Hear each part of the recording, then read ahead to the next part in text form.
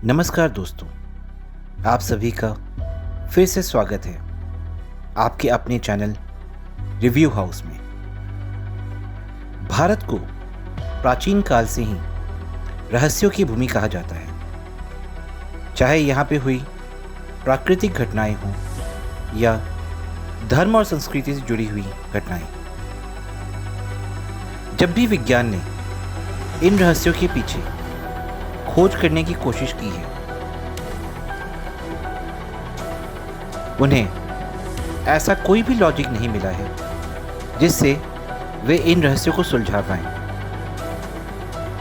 तो आगे बढ़ने से पहले अगर आप इस चैनल पर नए हैं तो हमें बेल आइकन पर क्लिक करके सब्सक्राइब करना ना भूलें।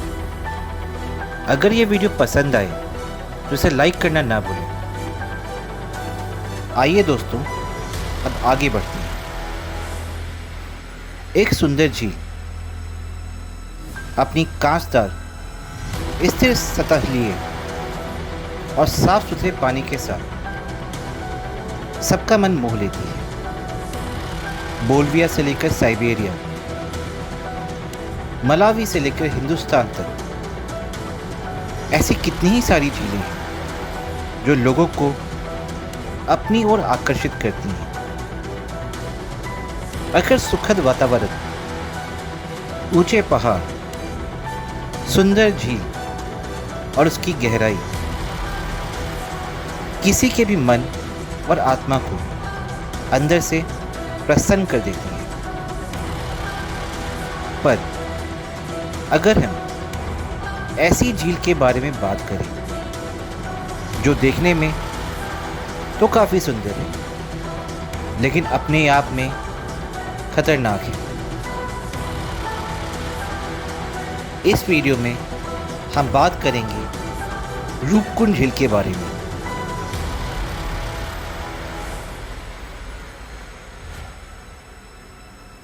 उत्तर भारत के उत्तराखंड राज्य में मौजूद है रूपकुंड झील। इसे रहस्यमय झील या कंकाल झील के नाम से भी जाना जाता है।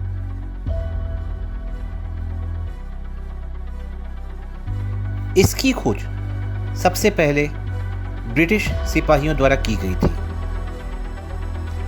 आधी सदी से भी अधिक समय से मानव विज्ञानियों और वैज्ञानिकों ने यहाँ पे मौजूद अवशेषों का अध्ययन किया है।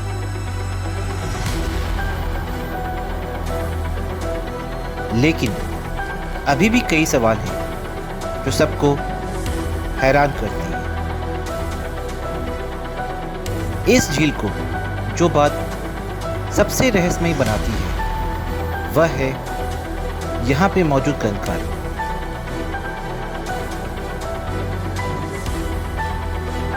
इसके बारे में कहा जाता है कि यहाँ तकरीबन 600 से 800 लोगों के अवशेष हैं।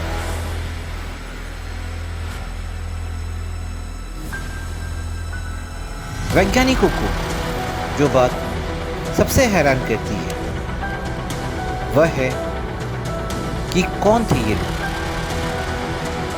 कब मरे वो लोग, कैसे मरे वो लोग और कहां से आए थे वो।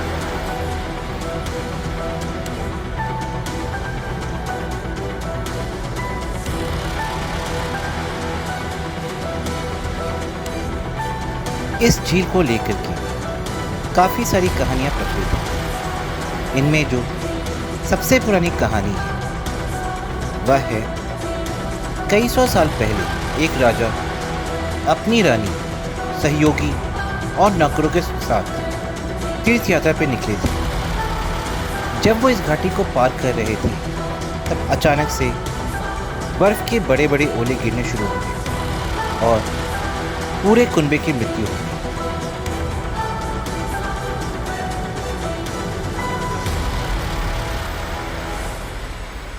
जो दूसरी कहानी है उसके बारे में ये कहा जाता है कि जब ब्रिटिश अफसरों ने इस झील की खोज की तो उनको ये लगा कि ये हड्डियाँ जापानी सैनिकों की हो सकती हैं जो द्वितीय विश्व युद्ध के समय तिब्बत के रास्ते शायद भारत आने की कोशिश कर रहे थे और हिमालय पर्वत के खराब मौसम के कारण उनकी मृत्यु हो गई।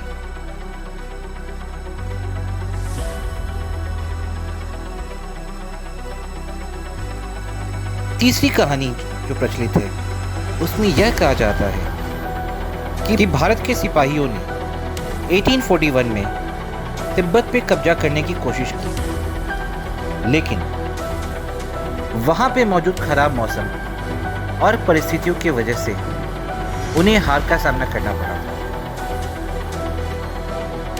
उनमें से 70 सैनिकों को घर वापस लौटने पे मजबूर किया गया और हिमालय के सबसे कठिन रास्ते से वापस जाने को कहा गया।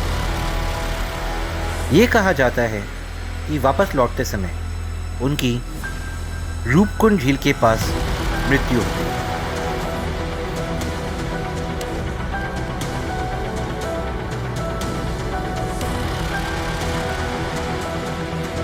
रूपकुंड झील के नीचे बसे हुए जो गांव हैं, अगर हम उनकी बात मानें तो उनके लोकगीतों और कहानियों में इस झील का उल्लेख है।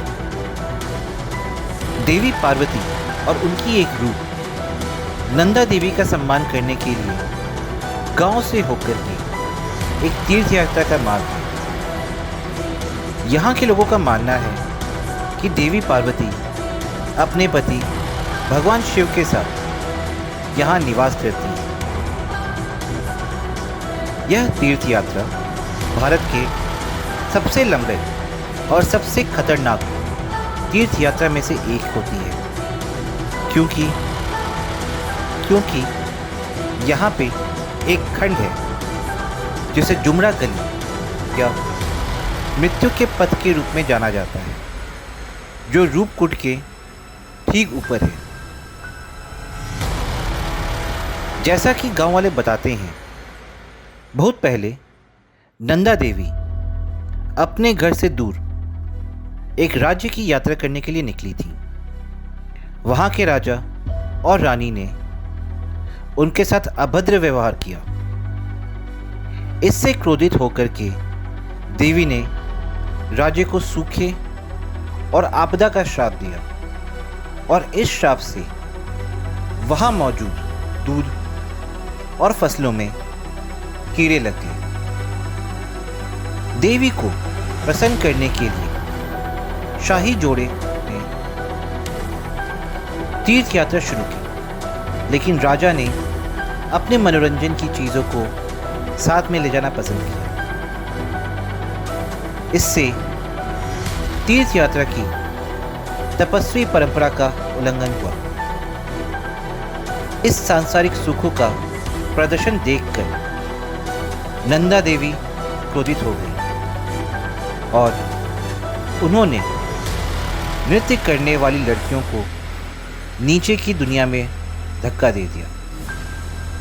कहा जाता है कि जिन गड्ढों में वे डूबे थीं, वे अभी भी एक पहाड़ के ऊपर से देखे जा सकते हैं। फिर कहानियों के अनुसार देवी माँ ने ओलो और बवंडर से एक ऐसा तूफान भेजा जिससे सभी तीर्थयात्रियों की मौत हो गई और उनके अवशेषों को इस झील में बहा दिया। कहा जाता है कि ये कंकाल उन लोगों के लिए चेतावनी है जो देवी का अनादर करेंगे। इन कंकालों की दोबारा खोज 1942 में नंदा देवी जंगलों के एक अफसर हरिकिशन मधवाल ने की थी। भारत, यूएस और जर्मनी के बहुत सारे वैज्ञानिकों ने यहाँ के अवशेषों पर जांच पड़ताल किए हैं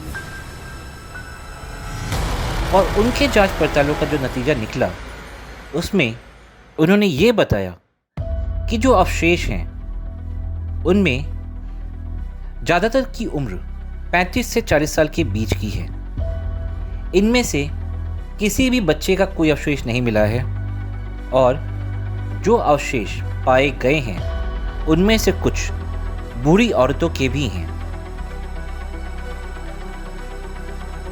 और उन्होंने ये भी बताया कि यहाँ पे जितने भी अवशेष पाए गए उन सभी की हेल्थ काफ़ी अच्छी थी। साथ ही में जब इन अवशेषों का उन्होंने कार्बन डेटिंग से उम्र पता करने की कोशिश की तब उन्हें ये पता चला कि कुछ अवशेष तकरीबन 1200 साल पुराने हैं।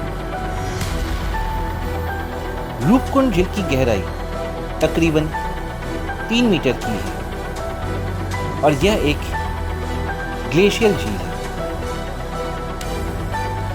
यह झील समुद्र तल से तकरीबन 16,500 फीट की ऊंचाई पर है और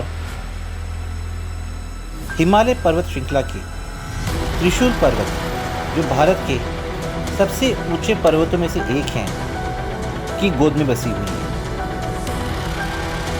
आशा करते हैं दोस्तों कि आपको आज का ये वीडियो पसंद आया होगा। अगर आप चाहते हैं कि हम ऐसे ही और इन्फॉर्मेटिव वीडियो आपके पास लेकर के आएँ तो हमें सब्सक्राइब करना ना भूलें। अगर वीडियो पसंद आई हो तो इसे लाइक करें। इस वीडियो में क्या अच्छा लगा, क्या अच्छा नहीं लगा, इसे कमेंट करके बताएं। फिर मिलते हैं अगले वीडियो में, तब तक के लिए बाय बाय।